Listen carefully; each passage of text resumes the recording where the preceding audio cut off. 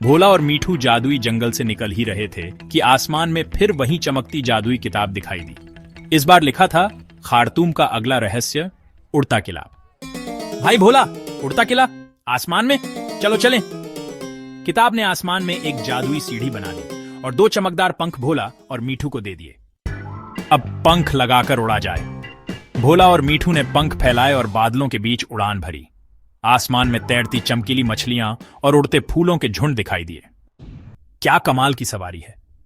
एक बड़े बादल के पीछे सुनहरा चमकता हुआ उड़ता किला दिखाई दिया। उसके चारों ओर नीली बिजली चमक रही थी और किले की दीवारें हवा में तैर रही थीं। किले के दरवाजे पर 2 बड़े पंखों वाले पत्थर के रक्षक खड़े थे। पहेली हल करो वरना भीतर मत जाना। ऐसी कौन सी चीज है जो दिखती नहीं, पकड़ते नहीं, मगर हर कोई उसे महसूस करता है? हवा। दरवाजा खुल गया। अंदर घुसते ही किले का हॉल चमकदार और रहस्यमय था।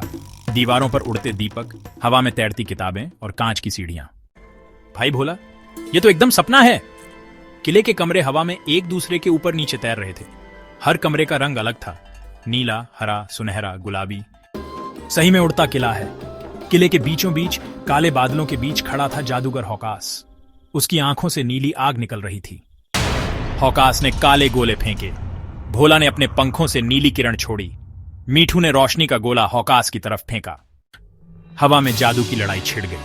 लड़ाई के बीच भोला ने एक चमकती सीढ़ी देखी।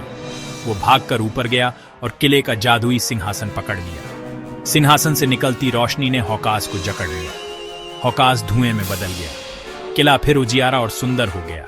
आसमान में सूरज की किरणें फैल गईं। आसमान में फिर किताब आई। लिखा था आखिरी रहस्य, सपनों की घाटी। भोला और मीठू ने उड़ते किले को विदाई दी। किले ने नीली रोशनी से दोनों को आशीर्वाद दिया।